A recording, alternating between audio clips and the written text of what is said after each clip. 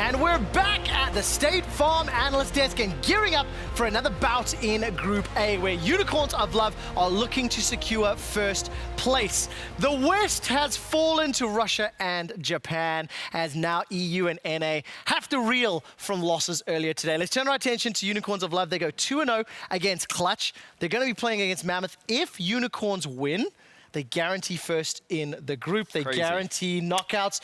Who would have thought? Unbelievable after what looked like a lost game in the first few minutes earlier today. Yeah, and I feel that, admittedly, I do think that Clutch threw a lot away in that game, but UOL were more than happy to pick it up. It wasn't like that they did nothing in this game. They punished the mistakes, and this was one of the huge team fights that they found that really enabled them to take control. And I love that they do it in their style. It's literally a Fiddlesticks, a Heimerdinger, a Kale composition coming out. This is a region that in their success with different teams, Albus Nox have always played the game the way they like to play. And you saw it in Edward's interview, right, like joking around, like we didn't even know what we were drafting. Like, okay, yes, maybe we have some more to it, but it's just cool to watch. It absolutely is, and it's absolutely incredible to see both Edward as well as Sheepy back on the international stage and just moments away what feels like making history for the CIS and the Unicorns of Love organization.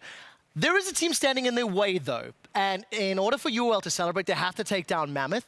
Mammoth did pick up a win last time round. It was a very different look for both UOL and Mammoth, but Ejim, you know, what are they doing coming into this game? Yeah, I think it's going to be interesting as to which Mammoth shows up, right? We've seen two very differing styles, and the one where they picked up the win was a big performance from Triple in the mid lane. They had a very Mammoth composition. Fudge gets his GP. They have a scaling bottom side of the map. Syndra in the hands of Triple. He's like a control mage player, and when on the Echo, AHaHaCiK wasn't able to do enough early, UOL's game plan just didn't work out. Yeah, it was a tense game that we have to admit the Mammoth could have ended a little bit earlier if Triple hadn't flashed underneath the Nexus towers. However, they did end up finding a very big and important win. I liked what they did around the Baron, and it feels like the team fighting seems to be the name of the game for them. But that kind of leads us into what we kind of expect for this game, because it feels like, based on the draft that we saw earlier today for the Unicorns of Love, they want to play a little bit more on the scaling side, slow the game down a little bit more, and Mammoth, that is their bread and butter. They have a jungler that doesn't gank before 20 minutes. He is someone that does not have impact or presence on the map, and I feel like that may be a good situation against Unicorns of Love, depending on what AHaHaCiK shows up on the day. And that's the thing, you may be a little bit extreme in your analysis. I think gank before 20 minutes, I'm going to have to disagree, but I definitely like UOL's victory over Clutch, you cannot understate just how disastrous that early game was, right? If they're having troubles being cohesive in the early game, then for me, as an unbiased caster, as a Mammoth fan, then that sounds like a really good time, to be honest, to scale up and then get to the team fights that you want to see from them. We've focused a lot on the junglers in this particular group because they are heavily influential. Let's touch a little bit more on some of the other aspects of what Mammoth have to do to pick up the win. Of course, if Mammoth lose, the match against Clutch later today is going to be absolutely huge. Fudge versus Boss, carry top laner. I know we've been talking about a lot, some expectations on this young player. We talked about it in Countdown. So what do you want to see him do? Not Karma. Just don't be simple. Blind picking him super negative matchups. It's a Karma Nocturne top 2v2 that is just getting shoved in the entirety of the game, and you're seeing it in the dive here. He's trying his best to outplay, but this was really just Huni on the Tristana, just right-clicking the entire time. Just get the classic matchups that we have seen Fudge have success on, and they are somewhat mirrored by Boss. You get a very good Aatrox performance. Fudge can do the same thing. Priority on the champion coming into this tournament is interesting. Sorry to cut you off, but I am hearing the players are nearly ready for a draft. I just need to know, who do you believe will win this game, and one sentence to clarify. Mammoth, because they're the best team that OPL has ever sent internationally. Yes, he listens. I can't trump that. He's got me. There you go. There we go. So my analysts are believing in the best OPL team in the history of OPL ever. A win here would send Unicorns of Love, however, to the knockout stage as first seed from Group A. Let's see who comes out on top. A lot of pressure on Mammoth coming off that one. Best team the OPL has ever sent. Way better than that Chiefs support. I can't remember his name. Yeah, something with an E. Something with an E. Something athletic. Who knows? Anyway, Unicorns of Love versus Mammoth. Obviously, huge game for Unicorns of Love. Not only do they need to find a win where they previously lost, but potentially their chance to block in first, look really good.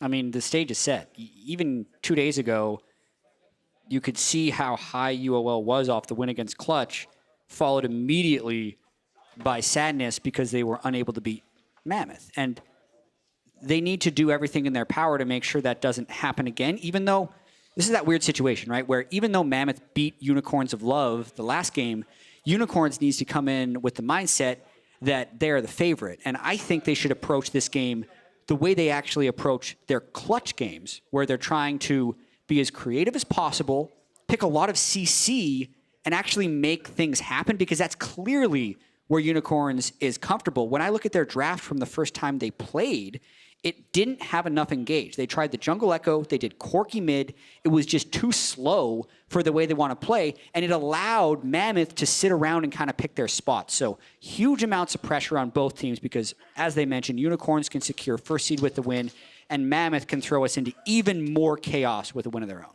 I'm not going to lie, I'm kind of hoping for 2-2-2. I think it's 2-2-2. I think it's good. Yeah. I think it is a very exciting time, but of course, for the Unicorns of Love, keen to close this out, keen to move into the bracket stage as a first seed. Very big boon to the team overall, but as we enter picks and bans, Vladimir, interestingly enough, instantly taken off the table, limiting some of those late game scaling options. In Pantheon, honestly, a stock standard ban. No one really wants to see that champion on the other side of the team. Yeah, as this tournament progresses more and more, I think it will be a red side ban until teams actually are willing to play against it with how unanimously he has been banned in these games. The Vladimir ban is for Triple. His mid lane Vladimir has been very strong, and Mammoth honestly just kind of going fairly generic with their ban so far. Yeah, the Kiana, the Pantheon, kind of, it feels like because they're on red side, do not want to give up any of those power pick first picks, but the Yuumi is up. Well, they banned Kale here is the question, because they banned it when they were on blue side, and we got to see how strong it was. So I think that's a smart ban by them as well. Well called, Jad. Once again, we see the Skarner banned by the side of UOL, not wanting to put that in the hands of Babip. Of course, did kind of ruin a lot of their plans with a pick like the Jungle Echo in the previous game, even if Babip wasn't necessarily the most active jungler. But now, the Syndra coming out. Response on the opposite side will be the Xayah, as well as the J4. Very interesting. Trying to get a bit more proactive jungler in the hands of Babip. I like the J4 also because we literally just watched Galio in mid lane, and I think it would be possible for Triple to do a Galio J4 combination, but they still keep many of their options open, and this will also be a question of whether or not Unicorns want to use a pick to disrupt Xayah Rakan.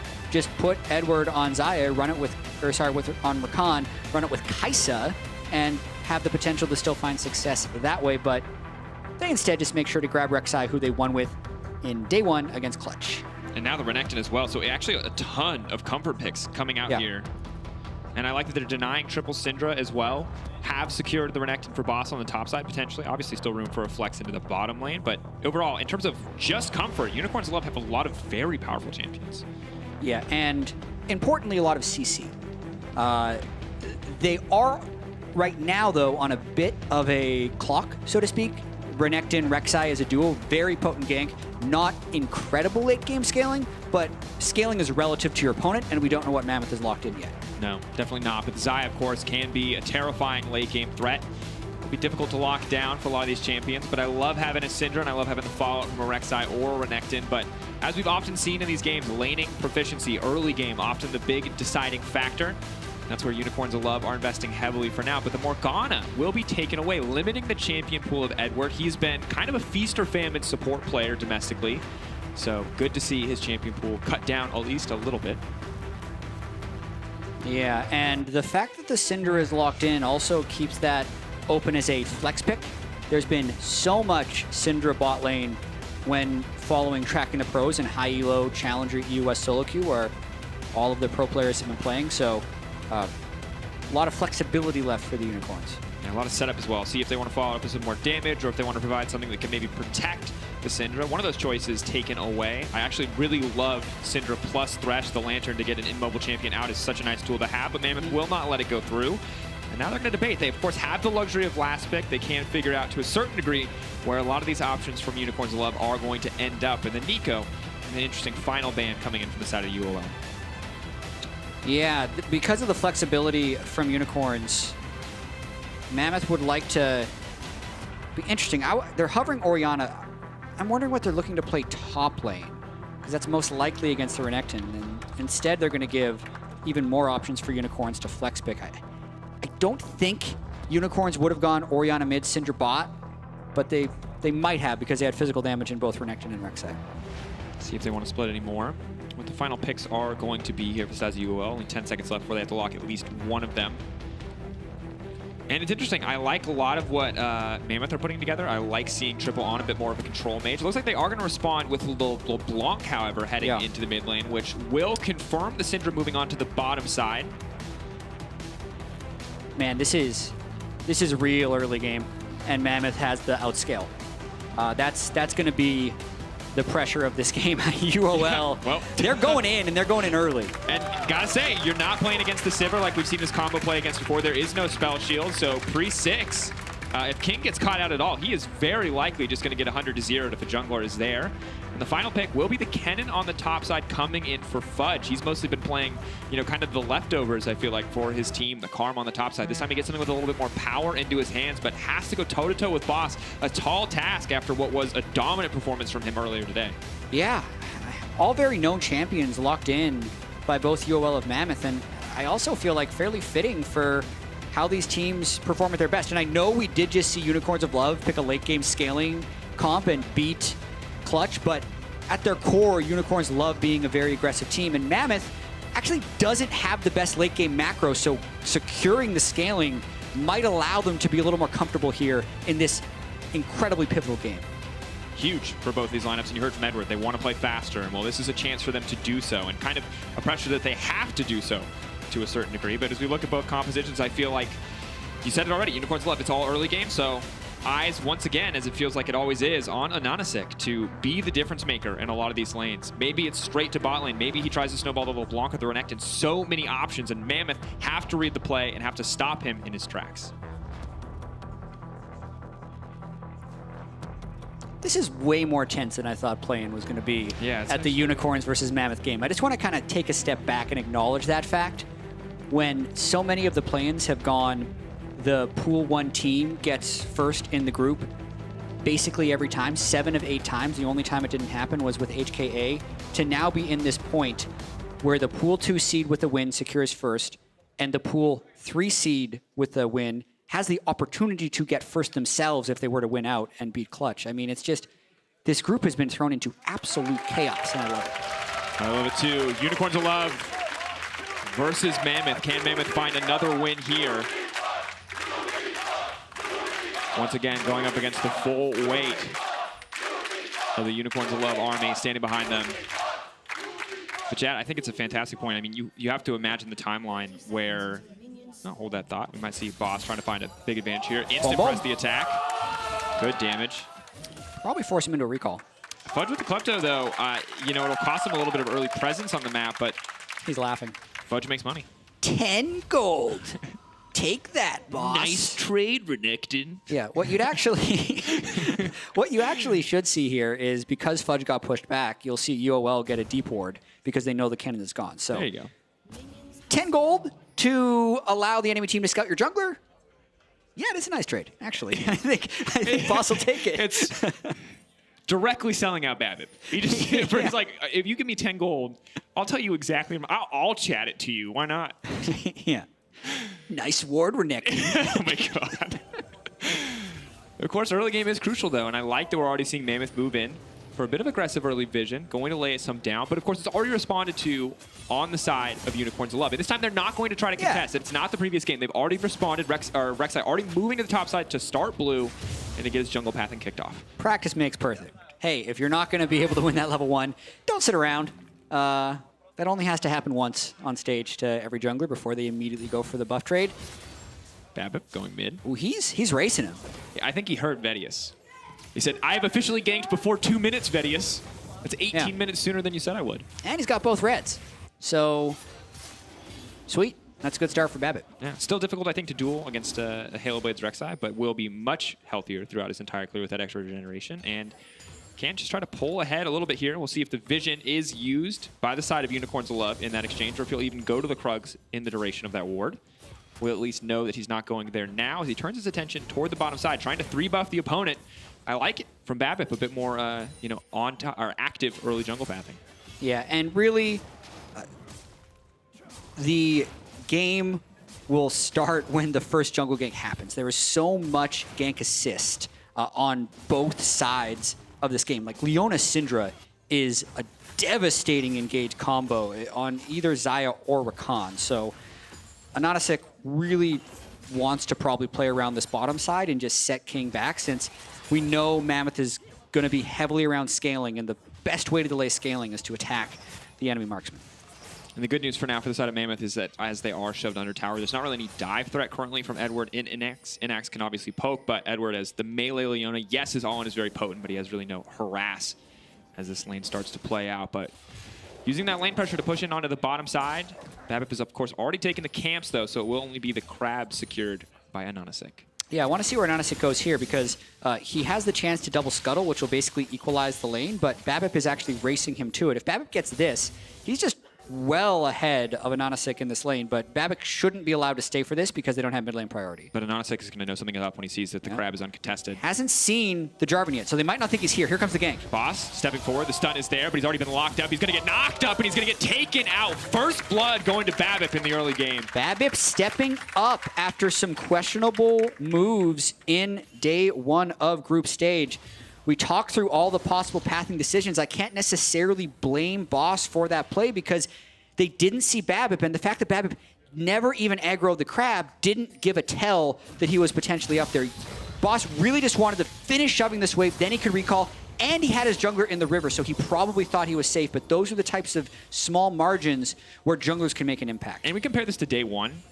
Fudge was on an island. Fudge, we got him as top attention seeker. It was not from his jungler. Minus 4.6 jungle difference. Gonna have to hold that thought as we see a bit of aggressive trading on the bottom side. Looks like nothing will come through, just an aggressive trade. But really, Fudge was getting dove repeatedly. Yes, he played very well, but this time around, it's a different story.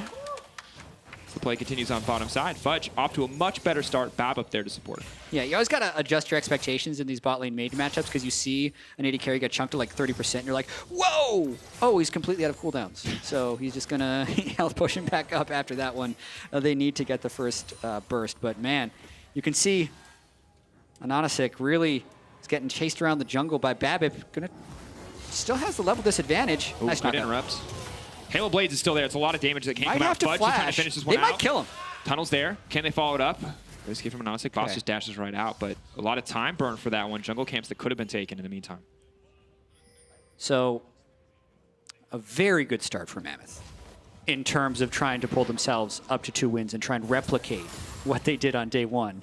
And you just get, I just saw Dracos did like a little dance. I did a little dance. I'm like, looking for the triple 2-2 group. One step closer to the 2-2-2-2-2-2 group. Yeah, and just a reminder for the viewers, if we do get a 3-way tie at 2-2, which in order for that to happen, Mammoth needs to win this game, and then Clutch needs to beat Mammoth. There will be 2 tiebreaker games played, and it will be seeded based on of average win time. Yep. So I currently don't know what those are, but I guarantee you we will touch it on broadcast and tell you who has the advantage, especially when that Mammoth Clutch game is happening. So for Mammoth, hoping to find a win here, potentially looking at a very long day if tiebreakers come through. But we'll have to find out. And for now, it's kind of eyes on UOL to see what they can do to get a bit more control of this game. Currently a 1K gold lead for Mammoth. The pressure on them to snowball. Yeah. But on the upside, UOL, we talked about it. Very early game focused. Still, admittedly, very early game. But, I mean, as far as like who needs to do something right now, it's UOL who needs to do stuff to Mammoth. Mammoth, I think, has the outscale. Kennen ult goes in. Boss gonna get locked up twice. Fudge trying to get a bit more damage. Has to be careful. Extending the trade is not in his favor. Good play from Boss, but Fudge with quick reactions to get out there. Yeah, but will actually be unlikely to stick around here and doesn't have teleport to get back to wave. So that little flash trade right at the end, actually quite impactful because that's a minion wave's worth of experience in gold that Boss is able to get out of Fudge. Good exchange. Yeah. They come back though, AHaHaCiK Revolver. Won't even, it looks like, doesn't have the TP, so very big favor. And now in the meantime, UOL take this opportunity. They have bot lane priority. They're not worried about the mid lane farm, so they are going to be able to grab the Infernal too. So things starting to shift back to a certain degree, and Unicorns will have favor. Maybe a Boss can continue to carry them through. And honestly, getting closer and closer to level 6. Bot lane is a similar story. The Xayah will get a get-out-of-jail-free card. She has the cleanse. She will have the ultimate soon, but if they can find a play before that ticks over, maybe they can get something done here. And a second Infernal spawning in 5 minutes. There's a fine line between attempting to outscale and over-respecting the other team. And recall timings, what they were with, teleports being down top lane. I'm a little surprised that Mammoth did give that over to UOL, but it is out of respect of the Leona, Syndra, Rek'Sai, LeBlanc, CC chain. At this point in the game, anyone who gets hit by that first CC on Mammoth dies if they allow Unicorns of Love to group and land all that CC. So I think that's why they didn't go for the Infernal Drake. And just didn't have the vision, and just had not had the bot lane priority to set up the necessary Dragon Vision. Jarvan will be spotted out by the side of UOL. They can fish or see that play coming. Destiny will not get the chance to engage. So, I mean, makes sense, right? Like, you can't walk into Fog of War against the Syndra. It's just not really a viable option at this point in the game. And earlier we saw Vulcan taking Cleanse on the Rakan. Now Destiny has not opted for that. It means he's not the free face check bot that Vulcan was able to be for Clutch Gaming. Yeah, Mercury treads are very, very important for Mammoth this game because so much of UOL will be about chaining one CC into the next, and they need to be able to disrupt that timing in team fights. Now I have to keep our eyes on top lane, though. You can see Fudge doing very well in gold. Babip actually the gold leader in this game. Surprising to see a jungle in that position, but it's still very early on. With Fudge, AHaHaCiK was present on the top side. A good bit of vision will at least spot out Krugs if they are contested. But Fudge very nervous under that tower, and I think rightfully so. No ultimate available means it's quite easy for Renekton and Rek'Sai to threaten that dive. Yeah, and thinking about what Unicorns can do next, top lane is definitely one of the things they can look for because they have Rek'Sai at level 6 with Flash. Any lane where he actually makes it in can be a potential kill lane, and Mammoth doesn't have great vision for it, which is why actually both of their soul laners are hugging turret. The early game gank by Babip to actually get ahead of AHaHaCiK's Rek'Sai is so pivotal because when they have these two soul lanes that have to respect the gank assist, normally the jungler is able to take over the game and the jungle, but since Rek'Sai fell behind early, that just hasn't happened, and Mammoth is fairly comfortably scaling into 10 minutes. Definitely are. Bad news, of course, for them is that in the meantime, Boss able to grab 2 tower plates. That was, of course, traded for the chance for the bot lane to reset towards the top side of the map. Both teams clearly very aware of the power of Rift Herald in an early game focused game, and it's going to be matched, of course, on the opposite side by the Unicorns of Love. So they're not really going to get any kind of tempo advantage here on the side of Mammoth as you are already headed topside. Leona's moving up currently and laying down vision to make sure that one does not go over uncontested. UOL actually has an opportunity here to pull back in the game. They have the teleport advantage on Boss over Fudge if they wanted to just brute force this Rift Herald, since they can also potentially get a 5v4 pick onto Mammoth. So UOL outplayed Clutch at the Rift Herald by ambushing Clutch when Clutch was trying to do it. If Mammoth starts this, then UOL definitely has an opportunity to win a fight. They need to be very careful. Babip is horrendously overextended. The chains will connect. He doesn't. He needs to flash. Yep. Will be forced out there. Of course, the flag and drag already burned. So small advantage for the Unicorns of Love, but Mammoth not pushing too far in. Edward. Oh, Edward's isolated. Challenging Smite comes in. He's going to lock him up, but he's locked in the midst of the tunnel. Are they going to be able to get him? Hourglass comes out. Good damage coming in for King. Hasn't been forced to burn his ult yet, but there comes the Scatter of the Weak. What else can he get? A big ultimate coming in. Boss on the backside, trying to clean him up. Babip has gone down. 1 kill over to the Unicorns of Love. They have control of the area for now, but they are at a man disadvantage. Edward forced back, AHaHaCiK forced back. And the play is going to stop in its tracks. Yeah, both of these teams understanding the power of a pre-14-minute Rift Herald, not willing to concede that objective, but Edward being a little bit caught out of position is what drove this play towards action. And it also shows us why UOL is so favored in these mid-game fights, because even though Edward got taken low and had to burn his ultimate on a solo Jarvan, when the TP comes in, one Renekton sitting in the middle of 4 people is able to just distract them easily as they clean up the kill. So while getting caught, UOL still wins that fight 1-0. Mammoth needs to continue to try and scale. When you talk about early game power, I think Renekton is the definition of early game power. He and Lee Sin, of course, right up there on that list. And you can see it in Boss's hands doing a lot of work. Spear of Shojin Rush appears to be the choice. He's going to be lethal in duels as we move later into the game. But also, I think Mammoth not quite respecting the tankiness of the Leona in that play. When you have the Eclipse plus the Aftershock, she is very difficult to kill. They burn so many cooldowns, and the Ignite really the only thing doing damage. So despite that, though, however, Mammoth will still get the setup here on the Herald. Yeah, I mean, Mammoth, even though they don't have a huge amount of early game tools, are playing quite well to scale up. They have teleport advantage and they use that for Rift Herald, but if that means giving over the second Infernal to UOL, it may not be worth it, and they don't have great vision to be able to rush this. Second Infernal as well to a team. They're trying to rush it now. Renekton. It'll be very difficult. Triple's going to stay around to make sure those plates go in their favor. Dragon has already gone down. Lockdown is there. Fudge instantly deleted, and now they can try to look for a fight. Too clean from the Unicorns of Love. Edward did such a good job waiting in the top brush for about 25 seconds before that play happened, waiting for Mammoth to go and try and disrupt that second Infernal Drake. Huge Drake spawns for UOL to get that double Infernal, because burst thresholds are going to be so important in this game between LeBlanc and Syndra. That extra damage from the Infernal Drakes will be big. And you already have Warrior Enchantment, Spear of Shojin, a completed Ludens, presumably Nomanz close to his as well, and that's going to be big, big damage in the fights to come.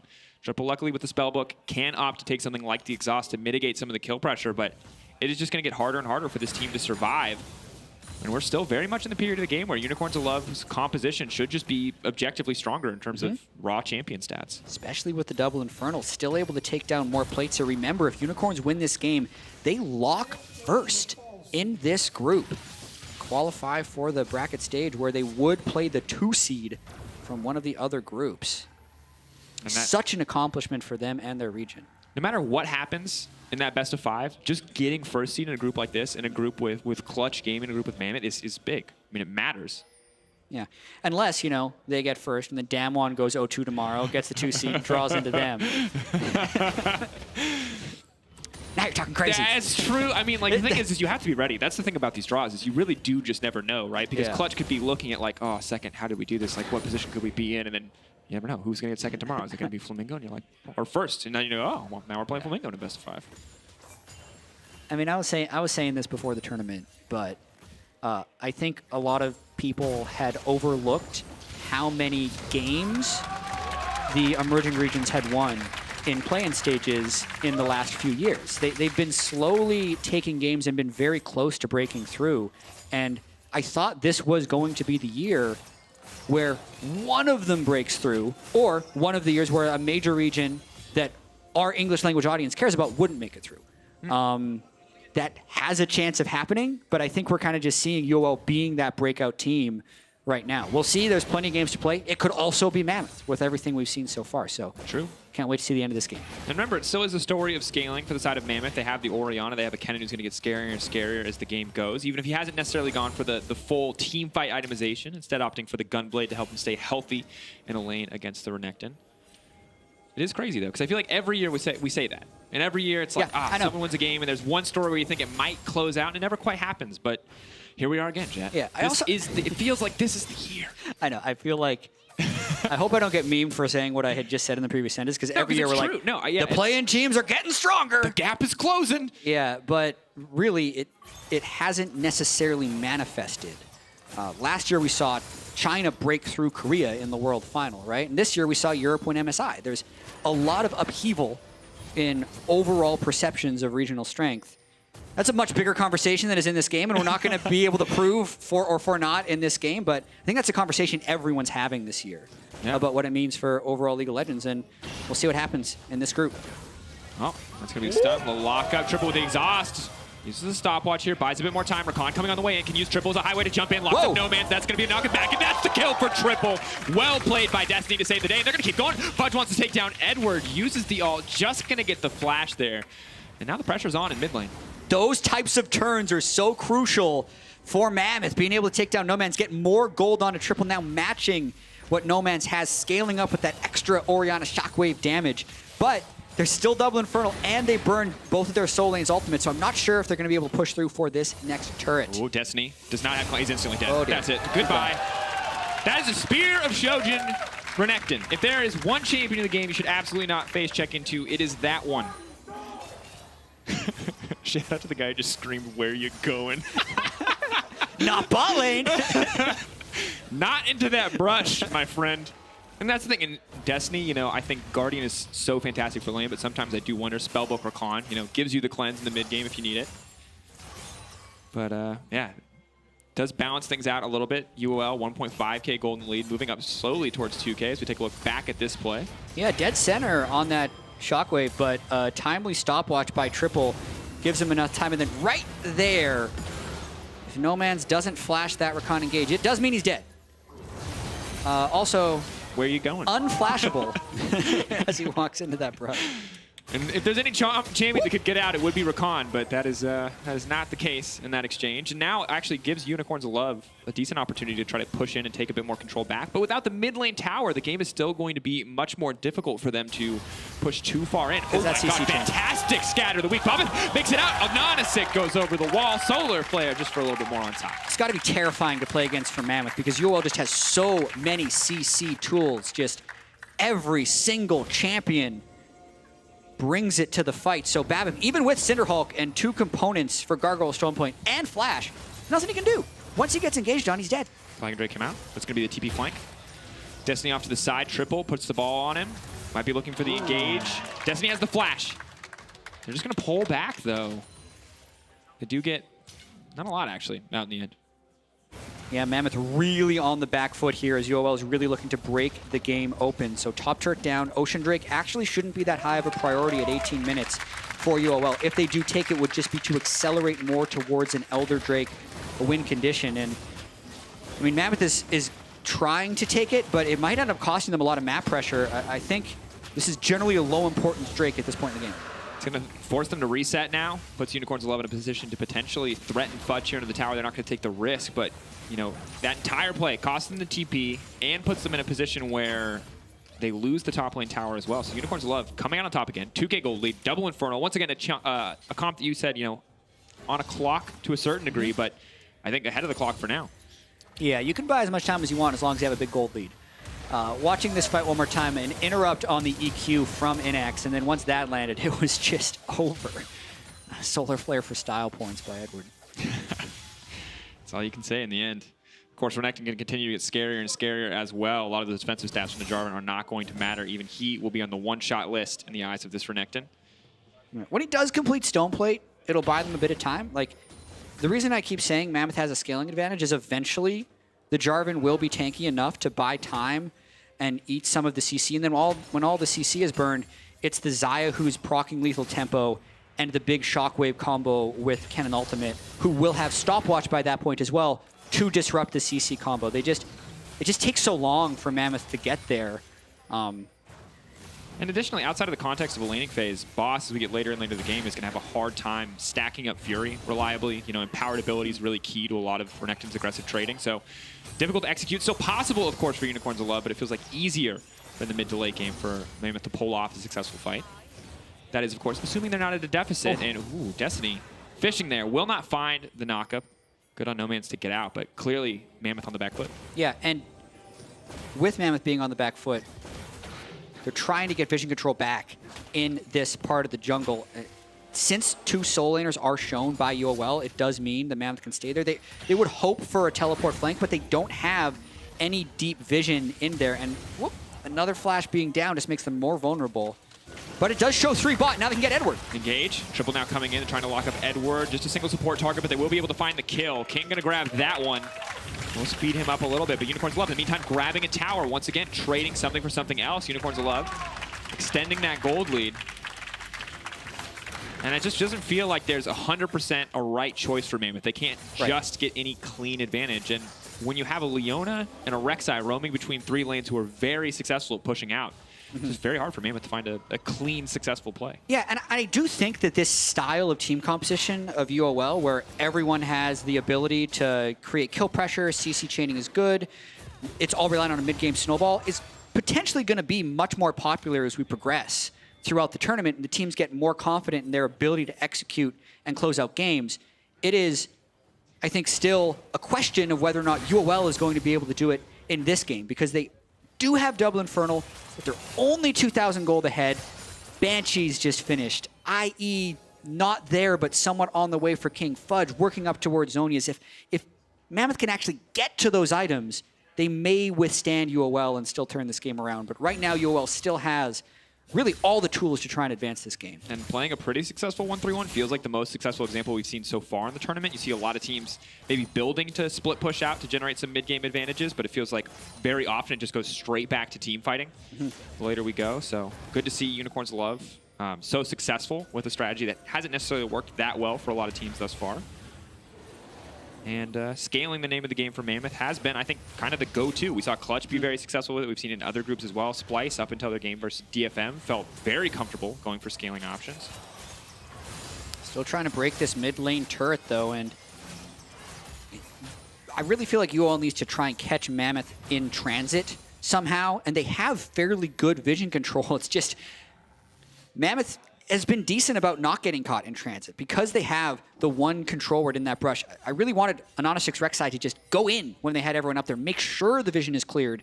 Otherwise, Mammoth can safely go past these areas to defend their turrets when the waves crash. Asking you shall receive. Now they know the vision is there. They don't have the pressure right now to contest it. However, they're in a position where they have left King alone in the mid lane, and you can see what it's cost him. That's a lot of health. This is going to force him to back, and that means that in the end, AHaHaCiK is still going to be able to walk into that bush and clear that ward anyway, and that's kind of the position that Mammoth are in when they're behind. They, once again, cannot win any small trade when Unicorns of Love is on the ball. Yeah, control ward immediately replaced by triple, though. So it's back, and King is halfway back to lane with Syndra ult down. So for now, UOL has not been able to accelerate this game to the space where they want to. And until they have Baron, Orianna, you know, the classic wave clear champion, it's going to be very easy, especially when paired with a Xayah, to just delete any of these coming creep waves. And Renekton pushing in, and of course, is going to cost Kennen a lot of CS as Fudge was pulled over just to make sure that there was no dive. However, this is not a triple Infernal. They will grab an Ocean, and as you mentioned, past 5 minutes, maybe not your favorite Drake to see. So the next spawn going to be Cloud. Still, I think Cloud's an underrated Drake, but I've been down that road before. We don't need to have that discussion. I think in 2019, people are less upset about Cloud Drakes. Well, because it gives in-combat move speed now. Yeah. Yeah. And also, when you're a Leona with Moby Boots, you're happy about any form of movement speed. And now, it just feels like UOL trying to play a controlled game where they choke Mammoth out. They are getting a lot more resources, but they haven't really been able to extend the gold lead whatsoever. You check in on the levels, you've got mid laners even, bot laners even, small difference in the junglers, looks like balanced out now, and really only Fudge is falling behind in terms of raw XP as he's been forced to come into this mid lane over and over again just to make sure that there's not a dive. Yeah, and Mammoth is prepped right now for the stall. You look at the mini-map and their Baron vision, they have good Baron coverage, 4 control wards, one of them just being cleared out, but they also had time to reset and pick up more control wards for that. And the items I'm going to talk about are Zhonya's, Infinity Edge, and Zhonya's. Once Mammoth has that, I think they'll start fighting. Until then, they're going to try and defend as best as possible. Just holding on. You can see Unicorns of Love just trying to kind of force on this wave, slowly chipping down at the tower. Might take a few more setups before they get it, but they are in a good position to do so. And yeah, as you said, waiting on those items. Nomanz starting to poke out. Obviously hurts a lot with the flat pen on top of the Luden's Echo, in addition to the double Infernals. But it does feel like the game is stalled out to a certain degree. Mammoth not really giving up any greater advantages. Fudge now moving forward, but it's just going to clear out the wave. That's going to be ulti. Fudge. We'll just use the stopwatch there. One less cooldown for him to have, but he is just a little bit of gold away from the Hourglass. Yeah, he's about 300 gold away from Zhonya's Hourglass, so that stopwatch, well-timed as far as getting that. I mean, the challenge for Mammoth is going to be breaking out of this defensive holding pattern. It is actually quite difficult to play one passive style for 25 minutes and then suddenly flip that mental switch in your head. They should be trying to do something, but for now, they're just playing on the timer of this mid-lane turret, hoping to keep it alive. Trying to clear it out, hoping to clear some of his wave. Destiny now going in, though. Does lock up Edward, but no one else. I think they have to pull back on that one. AHaHaCiK is on the backside. Fudge, though, continues to press forward, uses the Gunblade. Of course, has the stopwatch, too. Will just back off. But you can see that Mammoth are starting to feel a little bit more confident, fishing for some of these picks. And really, the only weak point on the map feels like Boss is able to freely push that wave in over and over again. They're going to try to turn that, though. And AHaHaCiK just goes right in onto Fudge. The ultimate has been pulled out. Won't get the Hourglass, but that ultimate being down is crucial. Yeah. Getting ult down out of Fudge is big for Boss's ability to try and damage that turret, but the fact that he still has Flash means he ultimately can't get anything done with it. Gold lead's slowly creeping up, though. There's a lot of side waves that are getting lost to a few random turret shots, but Triple actually having the time to go up to that top lane to shove it in is indicative of UOL's inability to apply the right amount of pressure, and having that mid lane turret still up at 27 minutes is a win for Mammoth. It's interesting because it feels like we've seen 2 forms of UOL. One where they kind of limit their win conditions, and one game where they have, you know, a lot of variety and some more crazy picks. And yeah. Second time that they've done this versus the likes of Mammoth, where we haven't seen them go for something like the Heimerdinger, the Kaels in the mid lane, instead going for a lot more, I guess you'd say, traditional comp outside of the bot lane Syndra. See what they can do to maybe turn that around and transition into a greater lead. Still obviously in the lead at this point, double Infernal, 2k gold, you know, kill advantage, 2 tower advantage, but got to close the game out, and that's the big kind of prove-it situation that we've been in for a lot of play-ins, is that teams have really struggled to just end games with a lead. Absolutely have, and it's only a 2.4 thousand gold lead. And with Rek'Sai showing bottom lane so far away from the turret, this gives Mammoth time to get more control wards in the Barren River. That was basically the one thing I was going to say UOL would be able to play around, is the clearing out the control wards in the river, allowing them to try and get Baron Cryo, but still has ult, he still feels comfortable. But this mid lane tower is still alive for Mammoth. You have to feel like this game gets so much easier for Unicorns Love if they can just force this down, but they have not been able to. And it's really only getting more dangerous as the leads that their solo laners accrued early on are just not nearly as consequential as they were 5 minutes ago. Yeah. King's still waiting on that IE. He took a detour to Hex Drinker to make sure he couldn't get one shot. They're playing the long con, Dracos. Willing to do it. And you can see once again, Unicorns Love shifting their attention to Fudge, fishing for these big plays. Fudge, though, has flash. Will have ult shortly. Might get him this time. Dashing through, the flash, the stun, the lockup. Can they change the CC? Honestly, they do. Boss taking down Fudge. That's a massive pick for the side of Unicorns Love. Are they going to stay and pressure this wave, or will they shift their attention to Baron? Flash Q is one of my favorite things to do on Leona because it lines up the R on a non-Mercury Treads user. Remember I said Mercury Treads were going to be very key in this game, but Fudge wanted to get that damage. Now they can break it open. Get a stun mid. They're going for more. King, forced to ult, has to pull back. Innaxe, of course, still with the Syndra ult up and available. Trying to set up, using the Dark Sphere as much as possible. Boss going to break down a tower. Mammoth needs to make a clutch decision. They can't just concede everything. They've given up mid lane tower. They might just give up inhib as well. This is disastrous for Mammoth. All in the back of a single pick onto Fudge. Their entire defense, stalwart up until this moment, has fallen apart. Maybe try to turn it here onto Boss, but as they put too much attention towards Boss, it might turn against them. Mid lane, Rek'Sai and LeBlanc remain. Boss will make it out. Level 16 now, and things looking very good for UOL as they extend their gold lead to 4K and a 4-tower advantage. Such a big play by UOL, because now with the inhibitor down, that requires a nearly full-time defender in that bottom lane, which is the furthest lane from Baron, which is now a big threat. So kind of one of the reasons I think this style of team composition can be more popular later is because, like, think about how well it felt like Mammoth was stalling, right? And then they make one mistake. It's like, now we're down to the inhibitor and a Baron loses us the game. That's kind of what they're feeling right now. So Mammoth's got to do something. Yeah, and one of the reasons I think we see so much Renekton priority is for situations like this, where normally you feel like he falls off after 1 or 2 items, but with the introduction of Spirit Shojin, he just never really feels like he loses a 1v1 duel, especially against the likes of an AP Kennen. And finally seeing this champion kind of come out on top after what was some very lackluster numbers in the first few days. Okay, there's the Infinity Edge onto King.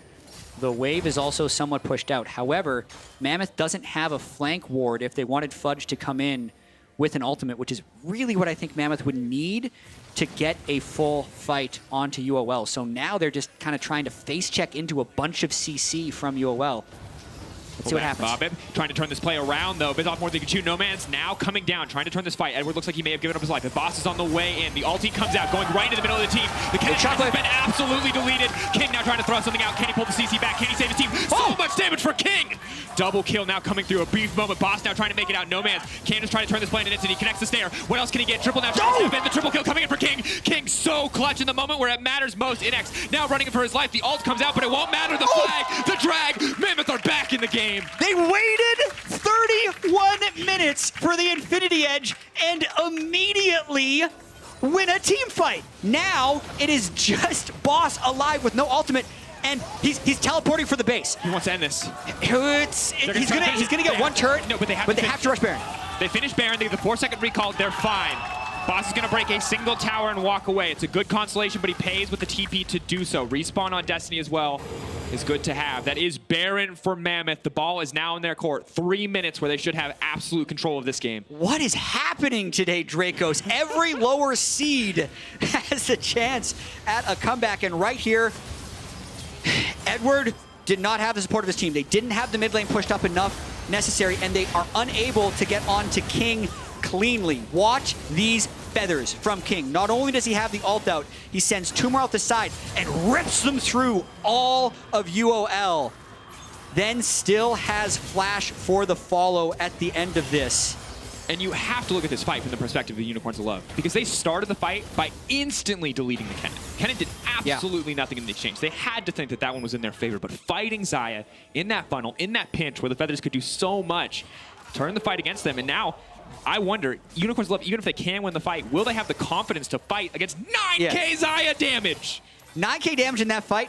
I bet he had like 6 in the rest of the game with how much they've been turtling for the rest of this. He definitely had more than 6, but Gotta you get those numbers up. Those are rookie numbers. So now, UOL needs to do everything they can do to disrupt this push bot lane and just get other waves shoving, because Mammoth needs to push in the lane where their inhibitor is down. That's why they're down there with King right now. And UOL, with the scaling advantage, right? One more lost team fight could actually be the game for Mammoth, but because they've killed so many structures already, if Mammoth missteps, UOL can win. We are at that point of just craziness. Is this the misstep from Nomanz? He's going to make it out. Will not get stunned. Look at all the wave pressure that UOL has in side lanes, so they're going to at least get 1. No one on Mammoth is back to defend. This is such a scrappy game.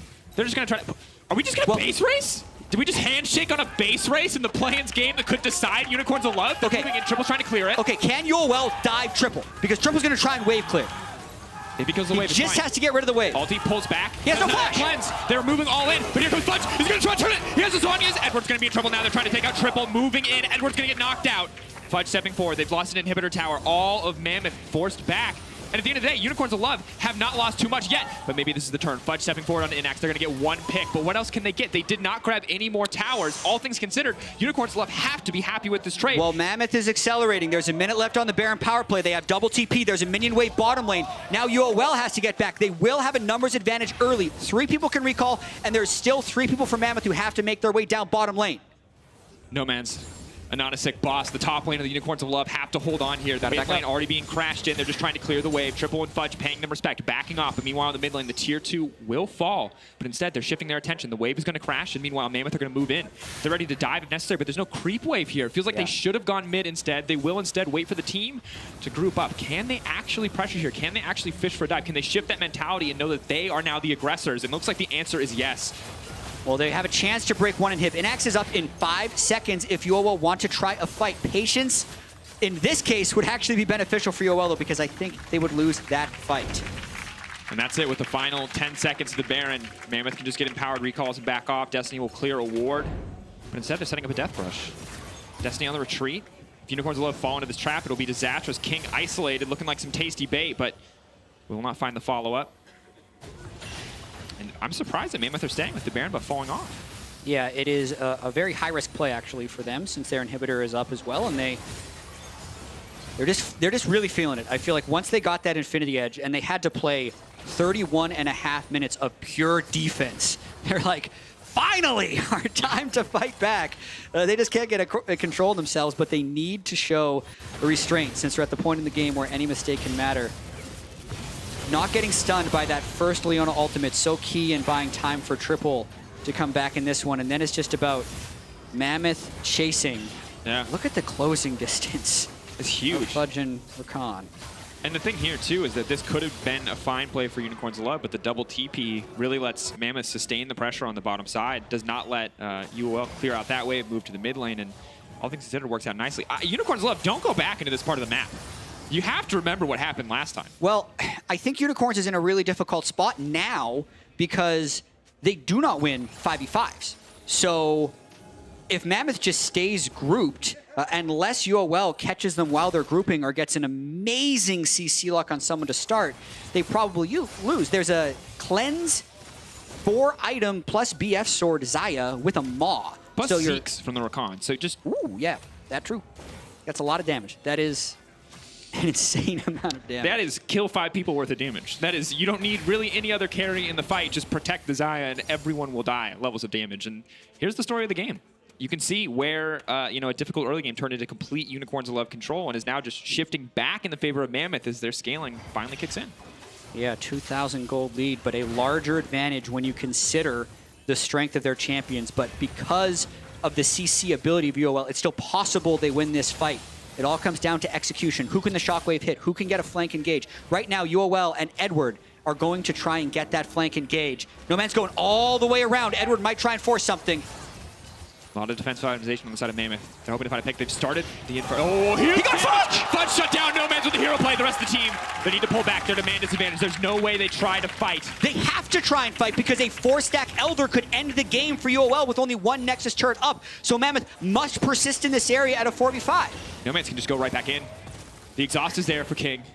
Or rather for Triple, if he gets the opportunity to use it. Boss, the ultimate on Nomanz is back up, so he can full burst another squishy. The squishiest was Fudge, who he targeted. The next one won't be as easy, but this is so dire for Mammoth. They bought themselves a little bit of time, though. You can see in the mid lane, Innaxe forced to clear out the wave, forced to stop the minions going in. They're turning their sights on Edward. King just flashes over the wall. No fear, jumps into the midst of the fight. Edward will get an ultimate out, but it's not enough. They've bought themselves more time. Triple now on the hunt, but Nomanz off to the backside. They've set their sights on Nomanz. They've set their sights on the LeBlanc. But he's just buying time for the rest of his team. Nomanz goes back in, focusing on Babip. We'll just retreat. But honestly, Nomanz, fantastic movement in this game to keep Unicorns of Love hope alive. And the super minions in mid are pushing UOL back. Now it is on AHaHaCiK's Rek'Sai to try and steal this Elder. He gets vision, but it will be suicide. He's not going to get it, Jat. My God, what a back and forth game. The Elder, I thought it was done when Kennen died, but Mammoth managed to hold on. And I gotta say, normally games like this are boring, but when the stakes are so high, it is just incredibly tense, Dracos, because UOL with the win clinches first in the group. Mammoth also moving to 2 would give them the potential to beat Clutch later, and they would get first in the group. They have I'd call this a baby Elder. It's very weak, even though that's a juxtaposition. They're using it for mid priority, and watch the LeBlanc. He wants Fudge again. Can he take him out? Zanius is there. In theory, LeBlanc is right above Fudge. We've yet to see the Kennen ult really come to fruition, and Mammoth have still been able to win fights. Triple, now potentially in trouble. Good damage. Triple has to back off. They've lost control of the Baron area. The Elder Dragon, I think, giving them a bit of false confidence when they don't really have the vision set up to be moving in on this Baron. Nomanz has been the star of UOL all summer split long. Best stats in the LCL across many axes, and really, even though he didn't have the most amazing early game, coming in clutch with these flanks in this one. UOL start the Baron, Triple still half health. If Nomanz can actually one-shot the Orianna, maybe UOL wins the fight. Keeping eyes on both. Tension just continues to build. King trying to poke to the wall. He steps in, he's not gonna get anything else.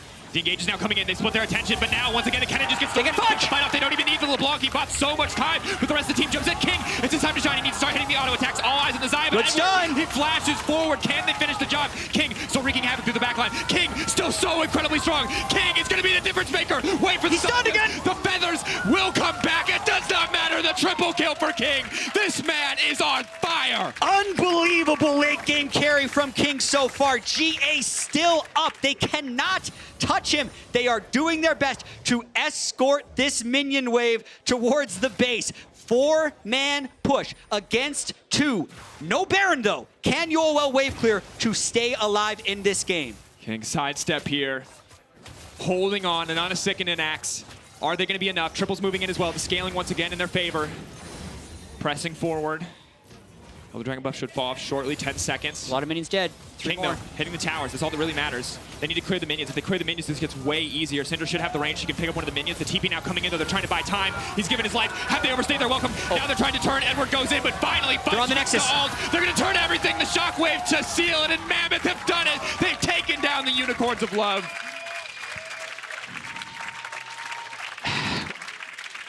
There were moments in that game where Mammoth just has to keep typing winnable in team chat, because to not give up and to stall until 32 minutes where they're not even allowed to think about an aggressive play, turn it around on UOL when UOL was so close to clinching first in the group.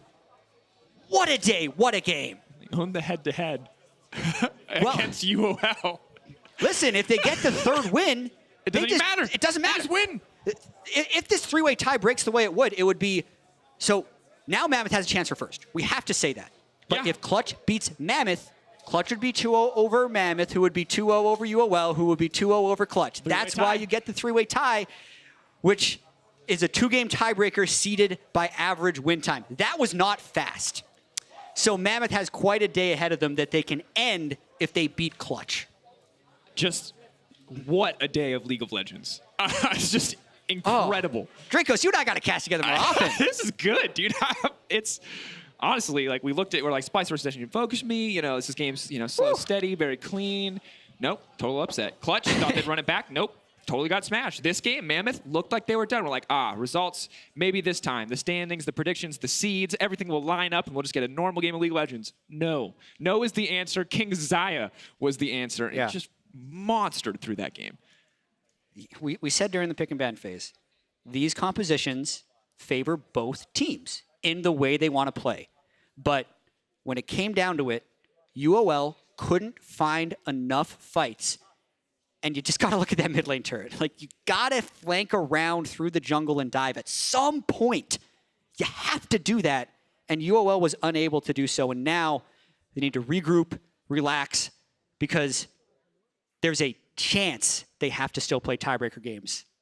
Yeah, you got to focus up. At You the got end to of the get every piece of information you can out of the last few games, iron out every single mistake. And I mean, it's a big task for any of these teams because it no longer looks like you're just going to be a clean one and done sort of day. But I mean, that's enough from us. Let's check in with Lauren Destiny, see what he has to say. Thank you very much, guys, and thank you, Destiny, for joining me. That was a game, let's say. How was it for you guys? It was incredibly nerve-wracking. This game meant a lot to us because obviously now the group is crazy. Like, we don't know who can come first seed, second seed. So to beat UOL a second time is really good for us. I think the tiebreakers work due to time or like head-to-head. So yeah, it just feels really good to finally win for those because we've had a shocking past years and we really want to change it this year. And in a way, the game took a long time to unlock. You had the perfect tools to do it, though, so why do you think it took you guys such a long time to find the good opportunities to play around the map and win fights? Based on the compositions, they had a really early game comp. Like, they had a Renekton and Rek'Sai. So we were just like, guys, like, we're going to take a few hits early, and we just got to play to scale. Like, our composition, like, we have an Orianna, a Jarvan, a Rakan. Like, we just go for the wombo combo. So yeah, we pretty much bled a little bit early game, a little bit too much. But yeah, we knew at the end of the day, we're Mammoth, we'll do what we're going to do, and we won by doing that. Well, you have a next challenge playing against Clutch in the rematch. As you mentioned, we have a possible 3-way tie between you guys if Clutch wins the next game. I want to know, what do you think about Clutch now, based on what we saw this morning, and what do you think about your chances of beating them later today? Look, honestly, every team in our group is like very close in terms of skill. Honestly, Clutch is just incredibly cocky. Like, I'm not going to beat around the bush here. Like, they came into this world, they're like, oh, we're going to go straight to Group C. That's just not how play-ins work. Like, we are a competitor, and they need to treat us like that. We lost the first time round, but I'm sure as hell going to give them my best shot this next game. I wish you good luck on that, and maybe I'll see you for another winner interview after you win. Thank you very much for the interview, and for more on the game, let's hear it from the desk.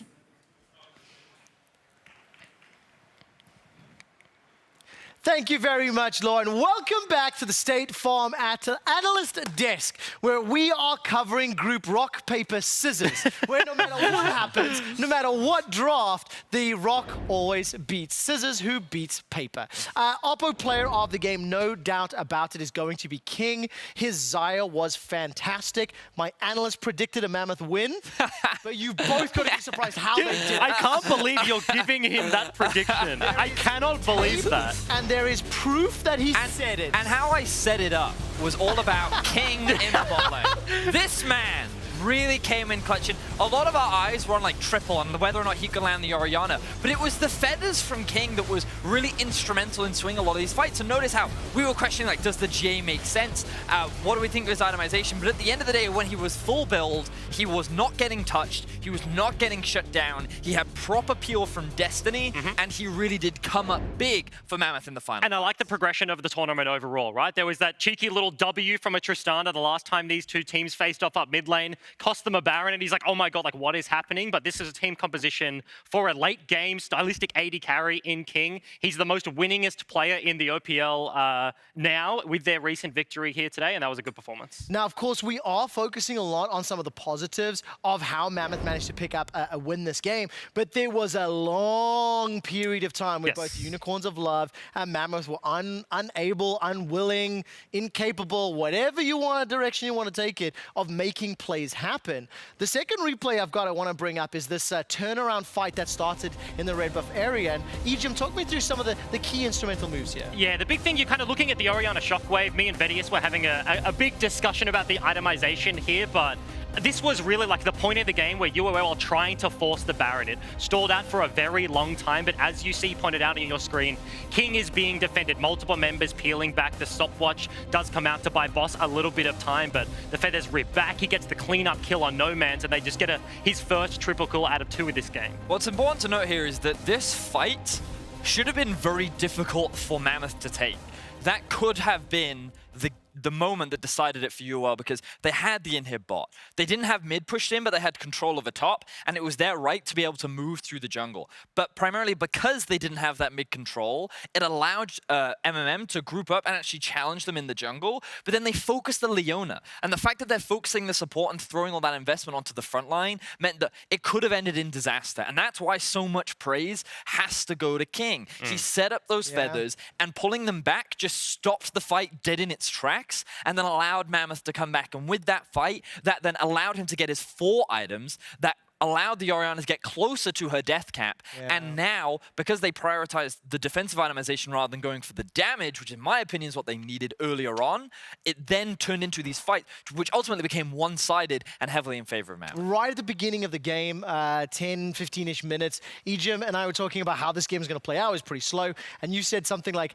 undeniable or unquestionable better team fights for Mammoth, and we saw it coming true as the game played out. Talk me through this last one. We got one more replay as a top lane fight that actually UOL started, but what was it about this late game, this composition and the decision making that helped Mammoth win all the fights? Yeah, I think it's also something not even specific to this game. We saw it with Loki yesterday, the Syndra plus an AD carry composition somewhere else. We've seen the Syndra with a solo lane Tristana. This is now 2 Syndras without a form of consistent AD damage of the AD carry lose games, right? I was saying like the team fight advantage that Mammoth have drafted themselves. Once it gets later, they have the Kennen, they have the Jarvan, the Ori, the Wombo, you can say, and then they have the Xayah, or the Xayah rather, that just gets peeled, and that damage isn't matched on the other side of the coin from UOL. We are a little pressed for time, so I do just want to move us along, because a Mammoth win in Game 5 secures them the first seed and means that Clutch is out of Worlds 2019. However, if Clutch beat Mammoth,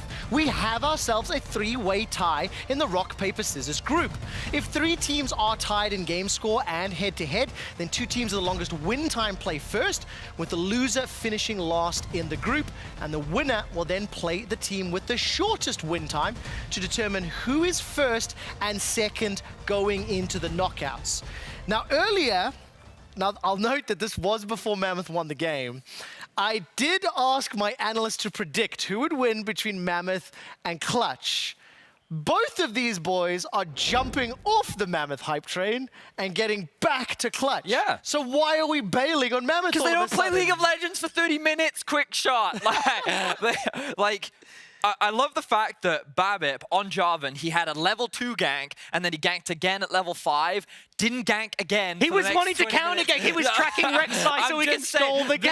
This team has no early game presence, and as much as we criticize Clutch for their performances, in particular Lyra, the one thing you can say for sure is that they will be active, they will play around their games, and they will push their leads when they don't usually throw them away. Closing thoughts, Ejim. I just think in strength of teams at their peak was the big thing for me coming into the, Clutch have underperformed, I think, and if they can get back to their best League of Legends, they should be the winner, but I don't know. I just want Mammoth to win. I'm predicting Clutch, but I want them to win anyway. I will say, Mammoth's best bet is to draft a comp that guarantees outscale. Because you know Clutch are going to make mistakes, and if you can get to these late game team fights again, then you have a way better chance of winning. There is only one game to prepare for Mammoth before they take on Clutch, but when we return, it'll be Detonation Focus Me taking on Isris Gaming in Game 4. We'll be right back. Woo! That was very energetic. Boss stepping forward, the stun is there, but he's already been locked up. He's gonna get knocked up, and he's gonna get taken out. Oh, it's gonna be stuck. The lockup, triple with the exhaust. This is a stopwatch here, buys a bit more time. Rakan coming on the way in, can use triple as a highway to jump in. Locks up Nomanz, that's gonna be a knock it back, and that's the kill for triple. Edward looks like he may have given up his life. The boss is on the way in. The ulti comes out, going right in the middle of the team. The Kennen has been absolutely deleted. King now trying to throw something out. Can he pull the CC back? Can he save his team? So much damage for King! He flashes forward. Can they finish the job? King still wreaking havoc through the backline. King still so incredibly strong. King is gonna be the difference maker. Wait for the stun again. The feathers will come back. It does not matter. The triple kill for King. This man is on fire. He's given his life. Have they overstayed their welcome? Now they're trying to turn. Edward goes in, but finally they're on the Nexus. They're going to turn everything. The shockwave to seal it, and Mammoth have done it. They've taken it.